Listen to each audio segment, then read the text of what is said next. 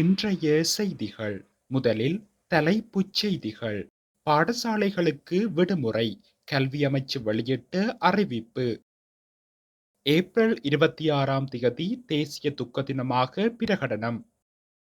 கொழும்பில் படுகொலை செய்யப்பட்ட தமிழ் பெண். குற்றவாளிக்கு மரண தண்டனை. உஜித்த ஞாயிறு தின தாக்குதல். கோட்டாபய ராஜபக்ஷ கைது. தொடர்பென விரிவான செய்திகள். எதிர்வரும் உள்ளூராட்சி மன்ற தேர்தலை முன்னிட்டு நாடளாவிய ரீதியில் பாடசாலைகளுக்கு விடுமுறை வழங்க கல்வி அமைச்சு தீர்மானித்துள்ளது.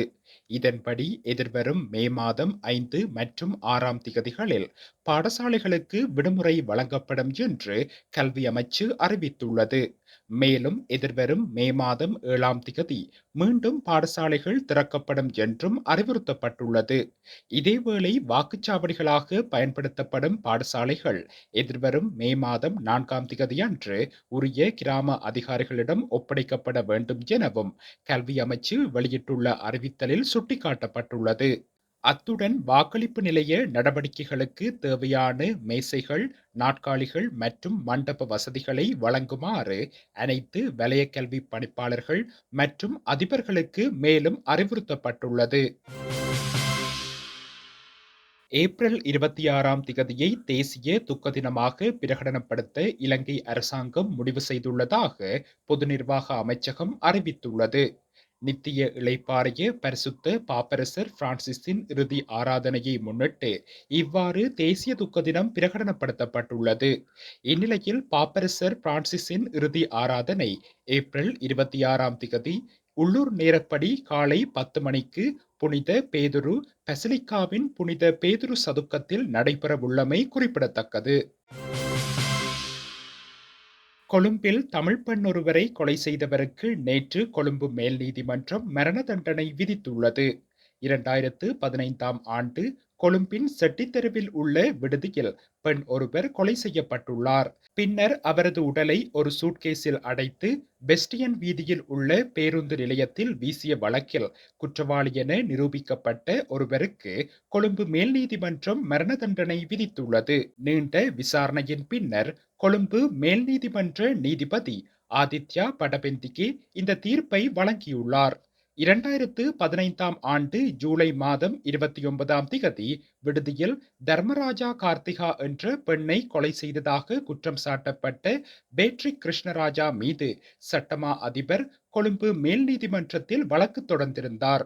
நீண்ட விசாரணைக்கு பிறகு கொழும்பு மேல் நீதிமன்ற நீதிபதி ஆதித்ய படபெந்திகே தீர்ப்பை அறிவித்துள்ளார். தண்டனை விதிக்கப்படுவதற்கு முன்பு நீதிமன்றத்தில் முன்னிலையான பிரதிவாதி குற்றச்சாட்டுகளில் தான் நிரபராதி என்று கூறினார். எனினும் குற்றம் சாட்டப்பட்டவர் மீது அரசு தரப்பால் சுமத்தப்பட்ட குற்றச்சாட்டுகள் நியாயமான சந்தேகத்திற்கு இடமின்றி நிரூபிக்கப்பட்டுள்ளன. அவர் அந்த குற்றச்சாட்டுகளில் குற்றவாளி என கண்டறியப்பட்டுள்ளதால் அதன்படி மரண தண்டனை விதிக்கப்படுவதாக நீதிபதி தனது தீர்ப்பில் குறிப்பிட்டுள்ளார். முன்னாள் ஜனாதிபதி கோட்டாபய ராஜபக்ஷ விரைவில் கைது செய்யப்படலாம் என வெளியான செய்தி அரசியல் வட்டாரங்களில் பெரும் அதிர்வலைகளை ஏற்படுத்தியுள்ளது. இது தொடர்பில் மேலும் தெரிய வருகையில் உஜித்த ஞாயிறு தின தாக்குதலின் பிரதான சூத்திரதாரி மிக விரைவில் கைது செய்யப்படுவார் என்றும் அவர் முக்கிய அரசியல் பிரமுகர் என்றும் அனுர அரசின் உயர்மட்ட தரப்பில் இருந்து அறிய முடிகின்றது. அத்துடன் அந்த பிரதான சூத்திரதாரிக்கு ஒத்துழைப்பு வழங்கியவர்களையும் கைது செய்ய நடவடிக்கை எடுக்கப்பட்டுள்ளது என்றும் தெரிய வருகின்றது.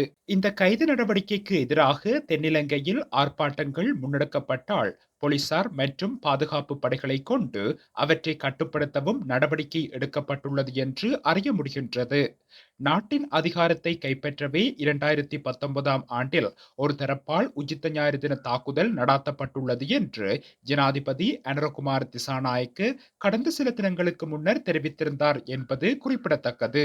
எனவே ஈஸ்டர் தாக்குதலின் பிரதான சூத்திரதாரி என்ற குற்றச்சாட்டின் கீழ் கைது செய்யப்படவுள்ள முக்கிய அரசியல் பிரமுகராக முன்னாள் ஜனாதிபதி கோட்டாபய ராஜபக்ஷ இருக்கலாம் என்று நம்பப்படுகின்றது.